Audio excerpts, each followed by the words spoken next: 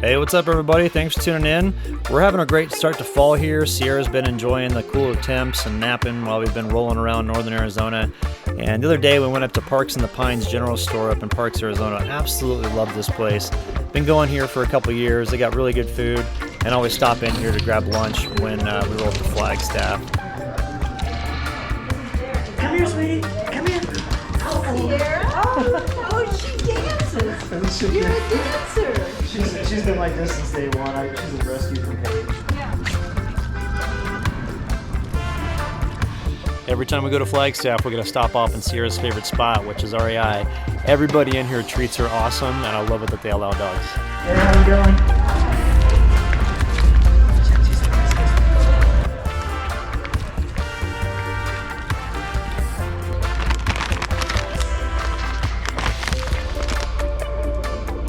That one, girl?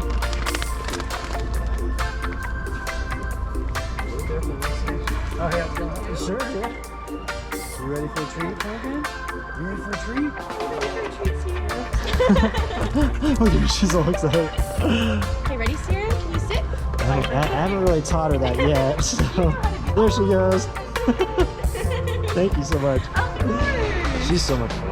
I love Sierra. The weather's getting all nice now.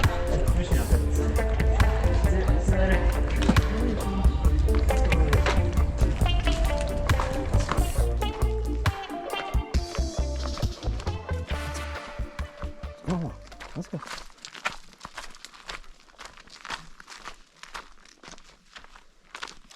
Pretty excited today. The rain's supposed to head out, and then I'm gonna go take the drone. I found 5 new hilltop sites in my area, and I'm really excited about this stuff. I watched a really cool live stream, which was a presentation from one of the history places around here, and this guy was giving a presentation on the hilltop culture around here, and it was just amazing. So pretty much gonna do that for probably the rest of my life and just check out amazing hilltop sites. I mean, there's hundreds around here, and so but we're gonna go check out 5 of them today. Fly the drone up there and kind of see what they look like.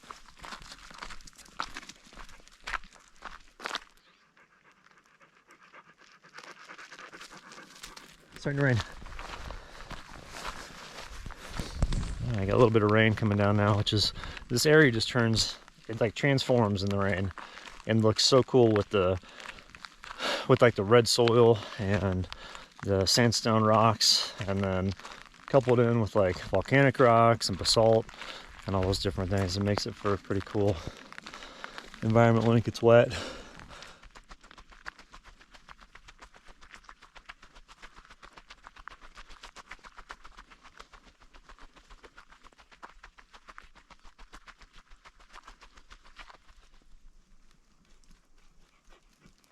Come here. Let's go inside. You're such a goofball. All right, let's go. Come here.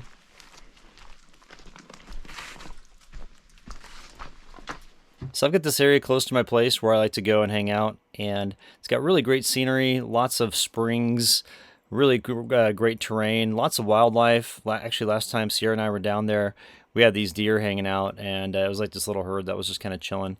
But the cool thing about this area is that there is a very, I would have to say, like hardly even researched Native American culture down in this specific area that operated from 200 AD to 1400 AD, and they were called the Prescott culture. Prescott culture. And what they were is actually they came from California. They were human-speaking descendants of the Hokan language tribes that inhabited the coast out there. And then in 200 AD, a band broke off from them and came east towards Arizona and ended up in the Colorado River basins eventually. And on the way, they stopped off in central Arizona and built some of the most amazing hilltop architecture you'll see pretty much in the entire North American continent. And it's in this rugged terrain here with all these sweeping landscapes and hilltop vistas, and it's just amazing terrain. So these folks, when they first got here, it was 200 AD to 900 AD. They were building pit houses. Then 900 AD to 1400 AD, they were building these great hilltop sites. Now there's springs everywhere, so they had plenty of drinking water, and these springs are still active today in this really rugged terrain. On my hikes, I've been seeing amazing pottery on the ground with, markings all over it. And then I started throwing my drone up in the air, and voila, I'm starting to come across these huge hilltop locations. Now, it's a common misperception that all hilltop sites and structures from back then were specifically for defense. If we take a look at this site right here, you'll see that there's got 3 rooms in a row, and this is a typical habitation site. And there's actually beams still inside. You can barely see them, and the remnants aren't much, but there's beams still inside there, which was the roof structure back in the day before it fell down. As you can see, the views are insane. I mean, every direction you look around here, it's phenomenal. So it's a good lookout area and great place to live. This next ruin was instrumental in helping archaeologists figure out just who the Prescott culture was, and was added to the Historic Register in 1989. The structure has multiple dwellings inside and outside this main exterior wall, which suggests it was used as a fortification site. As you fly over it here, you kind of just see how big this thing is. It is massive, and it's situated on a hilltop, on a rock outcropping above a spring-fed creek. So they've got water and a bunch of resources nearby for anybody that lived in this particular location. This ruin measures about 200 feet across by 175, I think is what the measurement tool looked like on Google Pro. And if you look in the lower right here, you'll see what looks like square rooms. Those are habitation sites. Then on the left, it looks like circular rooms are coming into play, as well as a rectangular room on the far left there.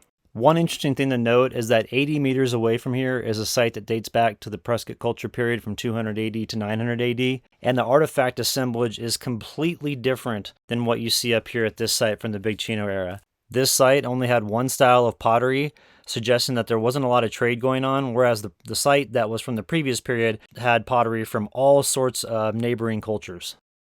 The next 2 sites that I'm going to show you here are what is considered ritual sites, where either religious ceremonies took place or they were built for a special event or a special occasion.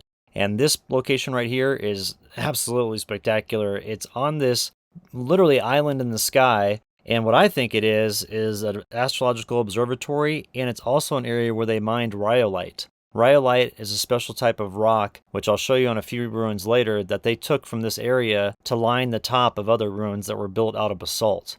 These observatories gave the Prescott culture the ability to identify key seasons based on the equinox, and to have 3 separate harvests where they bracketed the monsoon season, planting early, middle, and late crops. These structures were all built to have special features highlighting the exact day of the summer equinox, were semi-enclosed to fully enclosed, and had no evidence of roof structures or artifact assemblage. I'm just curious as to why they would build walls there, because there's no habitation site up there, so there's nothing really to defend. These cultures had a separation of the sacred and the profane, and the profane was considered the outside world and sacred was the spiritual world. A walled structure could separate those 2 worlds to where they could go into this area and perform their religious ceremonies with certain items. This is called the Mulligan site, and it's also an area where they think there was a separation of the sacred and the profane. If you see here that doorway, that faces the San Francisco Peaks, which was considered a sacred place for the Prescott culture and also many other tribes. These massive walls that measure anywhere from 2 to 3 meters thick would be a separation from the outside world, which would be the profane, and the inside world, which is sacred, where they would perform whatever religious ceremonies they needed to perform. There is 0 artifact assemblage here, and it's thought this site was only used a few times. I have 0 information on this site. It's actually located on a private ranch, and it's just incredible. I flew the drone up there because it butts up to public land, and I was in the public land section. Flew the drone up there, just checked out this massive, massive site. And like I said, I don't have any information on it, but as soon as I get some, I'll let y'all know, and I'm hoping to gain access to that location so I can hike up there. This next site is just absolutely phenomenal. I was floored when I flew my drone over here to start checking this out. This is an example of compound architecture, and compounds are semi to fully enclosed structures with both public and private quarters in a subdivided interior, which normally included a plaza for some sort of outdoor performances and things of that nature. There's lots of artifacts associated with full-time habitation, and this particular site is called the Molly G compound. I measured it with the Google Earth Pro tool. It measures about 250 feet across, I think is what it was. And it consists of a basalt outcrop on top of limestone. You'll notice in this next shot how the lower part is basalt, so it's brown, and the top part's limestone, which is white, which signifies this was probably a place of importance. The plaza for outdoor performances is actually divided into 2 separate sections, with this wall right here having an upper and lower. The upper section to the right actually has a habitation site on it, which is made of the same white limestone, signifying people of importance lived here. It would make sense if this is a big outdoor ceremony area to have the priests live on site, and this is where they'd be right here. It looks like about 4 rooms, at least the foundations of 4 rooms are right there. And when you look around the area here, you start to think about how many thousands of people could be on the hilltops or the cliff across the river, taking in the performances that the priests that live on site are conducting. Here's a view looking across the river corridor. I mean, you could put thousands of people on that ridge, no problem. Okay, this last site, this will be the last one for the day. I've got 37 sites that I've found so far. And these are the ones that I wanted to kind of show you first, because I thought they showed a wide variety of shapes and kind of different designs. We've seen some that have totally void interiors. It was that one that was on private land. We've seen plazas. We've seen strictly domestic dwellings, is like the one we saw, you know, the first one, or maybe it was the second one I showed you. But that was those three sites in a row. But this one right here is really interesting. It's got this big, large circular, which looks like a half plaza, but then all these honeycomb rooms on the backside. You see those right there? That is really, really incredible looking. So I don't know anything about this site at all. I'll try to dig and get more information. I'll definitely hike up there soon so you can see it all in person. All right, everybody, that's it for today. Let me know if you like this video. I'm really interested to hear your feedback. I want to try to make sure I do right by these ruins. Not very many people know about them, and just because not very many archaeologists have studied them. There's only been a total of 4. And so I feel really fortunate to be out here and have it right, you know, near me to where I can go scout around, hike around, you know, find new ruins, find new sites, see artifacts, and also just enjoy really beautiful terrain. It's incredible down there. So, all right, everybody, thanks for tuning in. Hope you all have a great day, and we'll see you tomorrow.